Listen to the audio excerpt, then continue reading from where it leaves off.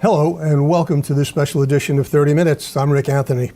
My guests today are Andrew Howell, who is the founder and CEO of Race for Peace, a nonprofit organization he started about 2 years ago to eradicate hate and violence in our community, starting with improving relations between the police and the communities they serve and protect.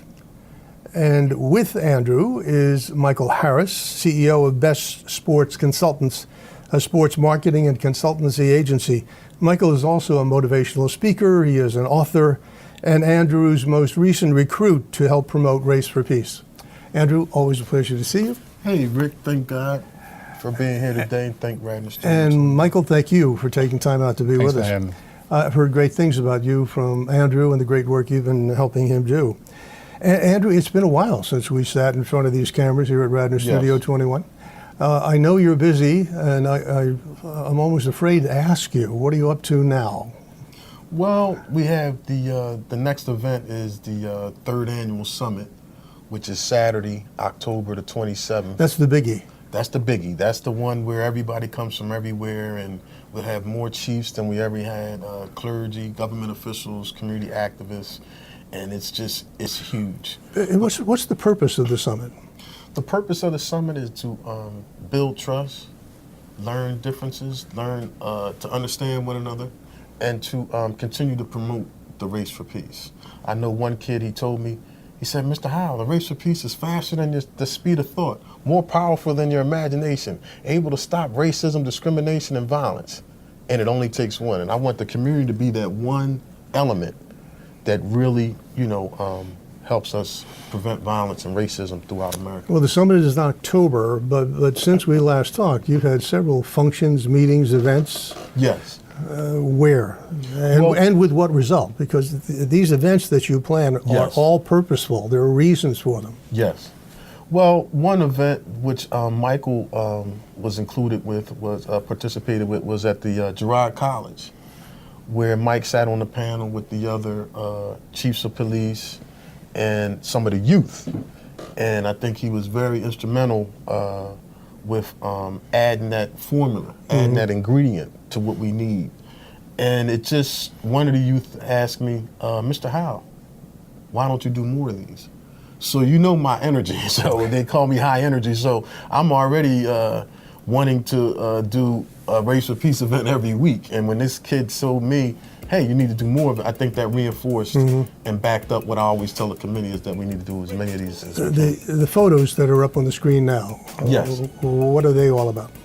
Well, you have some photos with Mike in it. You have some photos with one of the Philadelphia Eagles, one of the rookies, Tim Wilson. You have Chief of Police from different township, Mike Beatty. And I think one of the pictures is from the ice skating event. So there are just numerous events to get the kids involved. And that music that's playing behind them, that's the Race for Peace theme song? Yes, that's the Race for Peace song, which is singer-songwriter Fred Brown, who orchestrated that music for us. And he did an outstanding job. When's the CD coming out? The CD is out. Actually, the CD's out already. He used to be the singer. He was the lead singer of the Philadelphia group called Brutus. So he's pretty popular. That's great. You're making a lot of progress. Michael, over the many months that I've known Andrew here and then several shows we've done, we've had police superintendents, we've had religious leaders, civic leaders, educators, a plethora of people from different parts of society, different stations. This is the first time, however, I think we've had a sports figure and anyone representing sports. How were you attracted to, well, I think I can imagine, once he gets his claws on you, you're done. But how did you and Andrew first meet? Well, we both were invited to speak at a youth summit, in a sense, of troubled youth, and I've been doing that for maybe 20 years. We met there, and right away I felt the vibes and wanting to help youth and wanting to help other people. He told me about his program, and I told him, yes, if I'm available, absolutely, you have me. I have the opportunity to use the athletes that I represent on the agency side to influence not just youth, but people in general. No different than an endorsement for a product. But this is more compassionate. And these athletes that I've told about it so far, Tim Wilson being the only one that had the opportunity to really be involved briefly, that passion, what we want to bring to the table and have these, you see that they're involved and maybe it's something they can say. Maybe maybe just seeing them there could help motivate them to doing the right thing, making the right decisions. Many of the people that we've interviewed, that Andrew has had as guests, have become involved because of their own personal experiences. Right. And I'm thinking about some of the people who have sat at this desk. I mean, some of the stories are just heart-wrenching. Kids on drugs, other family members that have crashed and burned because there wasn't any help, because no one was reaching out to them and there was nobody they could go to. I know you are quite open about your early youth and some of the mistakes you made and the help you received to put you on the right path. You want to give us a little background on that? Well, I grew up and what I thought was normal in an area in Philadelphia called Logan. My father passed away and my stepfather came in with my mother, and it was a typical, almost like a movie, very abusive. He was an alcoholic. Till this day, I don't drink for that purpose. It's the scar that it left on me mentally. But that abuse and anger and what I saw all the time made me believe that that's what life was about: attack and hurt before you get hurt. And it ended up getting me incarcerated as a youth in a juvenile institution. And I was just blessed to have people who cared about me there. And it sounds strange. That's just my belief in God. I just believe I was guided that way. The right people came into my life and showed me alternatives and different direction to go in. And like I said, I was extremely blessed and guided. Some of the things that I've done, the people I've become friends with, the places I've gone, all are blessed because of that situation and the situation, not the abuse that I had to put up with as a youth. I mean the situation with me actually being incarcerated or put away to focus on doing the right thing. So it's, in the case that Andrew's, what he's doing is he's allowing those that will come to listen. He's reaching out so that they'll be there. In my case, I was cornered and almost forced to learn, or that blessing was forced on me, and it really turned me around. In fact, I had a speech I spoke at a juvenile detention center in West Pennsylvania, and I called it "Making a U-Turn," and it was just changing your life and how to, because they want to know how I became as successful as I am or was, and coming from a guy who, I never even finished high school, but I graduated on the dean's list from college. So. After getting a GED. So I always tell the kids that feel ashamed. They go, I get my GED. It's not how you start, it's how you finish. And I just really believe that no one gets anywhere in life without help. Absolutely no one. There is someone you can thank at some point to where you are today. And because of that, you are obligated to me. I'm obligated through my oath to God to give back. And to share whatever it takes, even if it means my own life. I give back. I share. I give knowledge. I give. So someone taught me this. A real good friend of mine taught me this. He said, "How do you spell love? How does a child spell love?" And I said, LOVE. Yeah. And he goes, "No. Anyone who understands a child or really wants to give love, they spell it TIME. So you think your most precious commodity is your 24 hours you have. So if you can give that to somebody and it can be in a positive frame, and that's how you show love. That's how you give back. You give back by giving your time to do what you're doing, organizing this in October, giving your time to come in here and having this gentleman have us speak, him having us in. That's how you give love, and that's how you give back. So as many times as I can be on air, on the radio, is talk on the street, come to conventions, different halls, any type of situation. That's how I show my love back, and I'm gracious to God for giving me the opportunity, because I was once a very troubled, lost, misunderstood youth that several people, I mean, I don't have the time to thank all the people who blessed me one day at a time, 1 minute at a time to change my life. But your good fortune and your success has been the result of some truly fortuitous encounters you've had with people. You couldn't have planned. It just happened. No, that's now, all. I believe there are no accidents. There are reasons for everything. That's right. But your connection, for example, with Shark Tank, with Damon John, Right. How did that come about? So when I decided to start getting into sports, I actually started as a bodyguard when I came back from playing basketball when I stopped for Boyz II Men. So from Boyz II Men, they are today the #1 selling R&B group in the history of music. Because of that, when everybody was getting pictures and autographs, I just had this thing that just said, get their information. I just thought it would be cool that if there was somebody who was just down in the dumps, I could pick up the phone and call a celebrity that maybe came to their concert. I became good friends with Art Modell, the late Art Modell, Mike Tyson, just different individuals. And so from that, I learned to start to deal with the management boys. I mean, they're very professional. All the R&B groups, suit and tie. They have a show in Vegas now. They taught me about management firsthand, and I learned how to manage professional athletes. The blessings came beyond that with my first basketball client when I started doing sports management with Kobe Bryant. My first football client was Simeon Rice, then Ray Lewis, then Terrell Owens. I thought they were great, and I still do, evidently, from the Hall of Fame inductees are the last few guys. But I didn't know they would become who they were, especially Kobe. That's where I started to move in and do that. And then through that, I understood product placement. The same way if an athlete tells an individual they shouldn't smoke or they shouldn't do this, they tend to listen a little bit more than if we told them. That same thing applies with what they're wearing.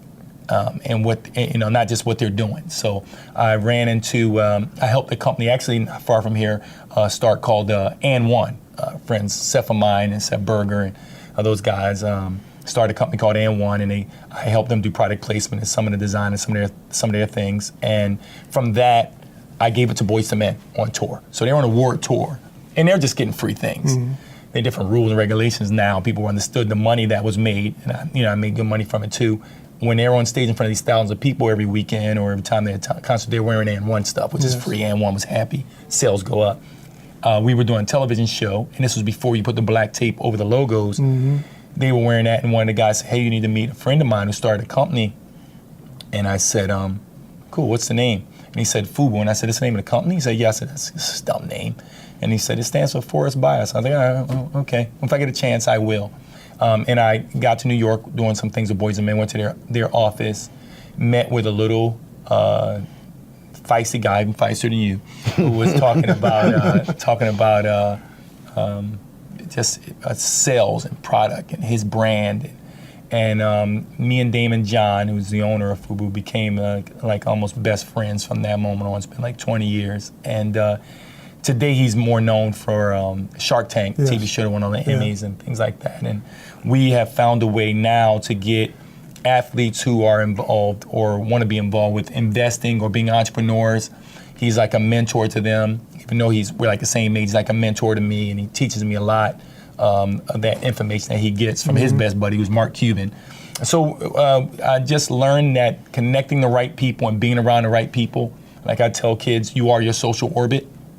And connecting yourself with the right people will put you in a position to be more successful. And I say be more because it's as much as you put into it as you'll get out of it. It's not being successful, being more successful. And the definition of success, so a lot of people are not confused, is setting a goal and accomplishing it. You were very successful this morning brushing your teeth. You're very successful of us all being here on time and do what we want to do. So I don't like to put pressure on children or anybody in general when you say success, because in today's age with social media and everything that's going on, people tend to think that success is, I have to make $1 million in a day, or success is setting small goals and reaching them each day, one step at a time, and eventually you're at the next level. Exactly. It's an inspiring story. I was eager for you to share it with everybody. But now, hearing that story, and I know there are others very much like Michael who have similar stories of how through the grace of God and the help of a lot of good people, somehow found their way. But is that now part of Race for Peace mission? What I mean, helping youngsters particularly understand the value of and develop a life plan, goals, that one day at a time you just chip away at them. Is that part of your mission now? Oh yes, and it's always been one of our things. Like we always say, it only takes one. So whether it's one day, one person, one event, it's always that 1 inch that you have to move in the right direction. Yeah. You know, and sometimes, you know, you need the right people behind you to do that. But Race for Peace has been evolving over the past 2 years. Yes. It started as a concept. It was you as an evangelist who went out and made some contacts, had the guts to pick up the phone and ask some people for help, the police particularly. Yes. And it worked. And it's still working, and it's spreading, it's growing. But as it grows, you and I have had this conversation before, as it grows, what's the brand? What do you want it to stand for? Is it helping youth particularly? Is it helping underprivileged youth particularly? Is it an inner city phenomenon, or does it reach out to, I know it reaches out to the suburbs, but you get my point. Yes. What is the brand for Race for Peace? What is it becoming? The Race for Peace is everyone. Like I always say, the Race for Peace is in everyone. It's about everyone. There is no one segment of it. Mm-hmm. So it's, you know, it's everybody. You know, it's the inner city youth, it's the youth in our region, it's the youth in our country. You know, and right now our country is in dire needs. There's a lot of controversial issues. Yes. That I won't, you know, have enough time to speak about right now. But our youth need leadership that take immediate action right now. And that's part of our logo, you know, immediate action right now. And like I said, I don't point any fingers. I won't point any titles. I just say everyone. Everyone can be a part of the Race for Peace, and a lot of people can do a heck of a lot more than what they're doing. In your own experience, I know you still mourn the death of your daughter. Yes. And from that moment on, you told me that one of the goals of Race for Peace was to deal with the drug problem, particularly among young people. Now you're sitting next to a man who has seen the results of that, broken lives, broken families, et cetera, et cetera. Is what, if anything, is Race for Peace doing specifically to help youth understand the devil in drugs, opiates, and so on? Is there a special program? If not, should there be? Well, we're always talking to problem youth, and we're always talking about, you know, mind-altering substances. So I always tell the youth, don't use mind-altering substances. You know, a mind is a terrible thing to waste. And I believe that's the jewel. I believe what Mike had said before, your time and your mind is the most valuable thing on earth. You know, and it was heartbreaking. I send love out to the police officers, the police chiefs that stood by me, you know, during that time of, you know, grievement. And the best thing I could do for my daughter is to keep marching on. Mm-hmm. The best thing I could do for my daughter is to prevent that from happening to anyone else in our society. And it's a thing where we have immigration laws, you know, far as don't let these people in the country. Well, don't let drugs in the country. That's where, you know, you would think more common sense would be, hey, don't let these drugs in the country. Just like we have racism. You had, I think a little while ago, was some type of march or something. And I'm saying, you got the FBI, you got the CIA, dismantle these type of people. Dismantle these people that are terrorists inside our own country. So there's a lot of things, you know, to go this way and to go that way. But I try to stay focused, and I believe the Race for Peace has accomplished, you know, the relationship with law enforcement, with the communities. No question about it. You know, and I thank the media. The media comes to 90% of our events. They air our events, and they see the righteousness of it, and they believe in the cause. So I really, you know, have much respect for them. When you take to the platform, do you have a special message regarding abuse of drugs? Well, I think what it breaks down to, he said one word in there that might have gotten mixed up from everything he said, and that is the key to everything that we do in life, and that's belief. What's your belief system? And you don't have much of a belief system if you're not taught the right way, and then you have to have the evidence in what you do. I train children want to have a chance in athletics.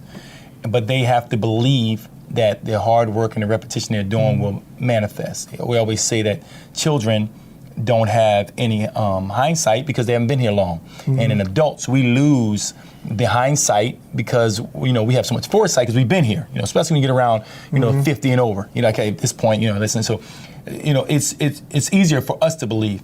So when you're young, especially when you're young, because now your belief system is I can't deal with how life is, or I don't have any goals.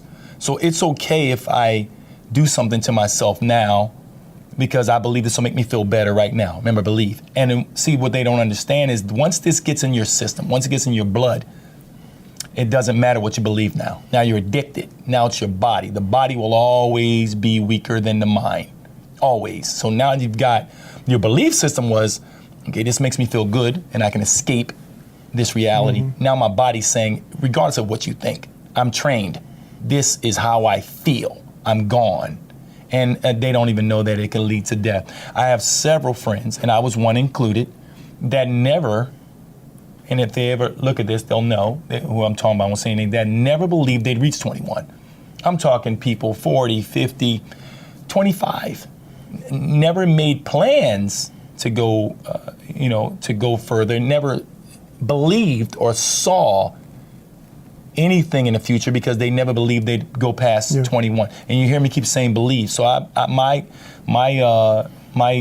talk would be talking about what you believe, what's important to you, why you believe it, your why. You came here, you're here, you have a why, you have a reason why you did it. And a lot of youth don't have a why.